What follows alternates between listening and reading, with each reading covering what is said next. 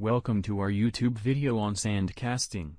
I'm your assistant, here to provide a clear and concise explanation of what sand casting is in manufacturing engineering. Shortly, what is the definition?